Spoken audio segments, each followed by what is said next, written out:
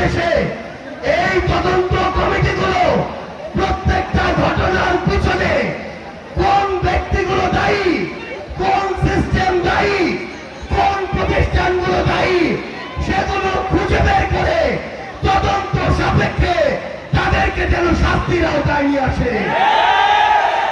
আমরা এই বাংলাদেশে এমন ধ্বংসের পরে আর কোন চুরির খেলা দেখতে চাই না। প্রত্যেক আমাদের আহত ভাই বোন যারা আমরা যাদেরকে হারিয়েছি তাদের পরিবারের পাশে এই সরকারকে নিজের সর্বোচ্চটুকু দিয়ে দাঁড়াতে হবে। তাদের ওই নিষ্পাপ সন্তানদেরকে ফিরিয়ে দেওয়ার মতো সামর্থ্য এই পৃথিবীতে আর কারো নেই। কিন্তু এই সরকারকে, এই দেশের বিচার বিভাগকে এই ঘটনার তদন্ত সাপেক্ষে সুষ্ঠু বিচার নিশ্চিত করতে হবে এবং সেই দায়িত্ব এই সরকারকে নিতে হবে। আমরা স্পষ্ট করে ঘোষণা দেই, আমাদের অনেক মত থাকতে পারে, ফ্যাসিস্ট বিরোধী যারা লড়াই করেছি মত পার্থক্য থাকতে পারে, কিন্তু সেই সুযোগ নিয়ে আওয়ামী লীগ এবং তাদের দোসর আমাদের মধ্যে ঢুকে অরাজকতা তৈরি করবে, সেই সুযোগ আমরা এই বাংলাদেশে আর দিব না।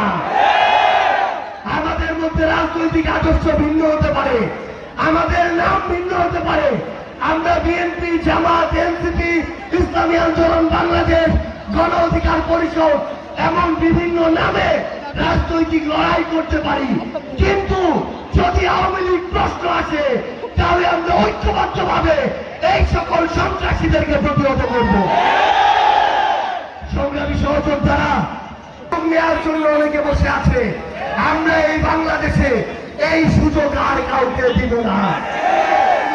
আমাদের অভ্যুত্থানে যারা শহীদ হয়েছে, আহত হয়েছে, তাদের উপরে এই যে হত্যাযজ্ঞ, এই অন্তর্বর্তীকালীন সরকারকে এই গণহত্যার বিচার নিশ্চিত করতে হবে, রায়গুলোকে কার্যকর করতে হবে।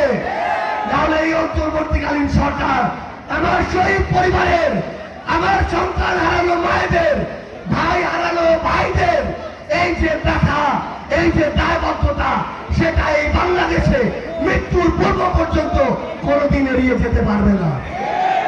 সংগ্রামী সহযোদ্ধারা, আমাদের লড়াই মারতে হবে। সবাইকে অসংখ্য ধন্যবাদ।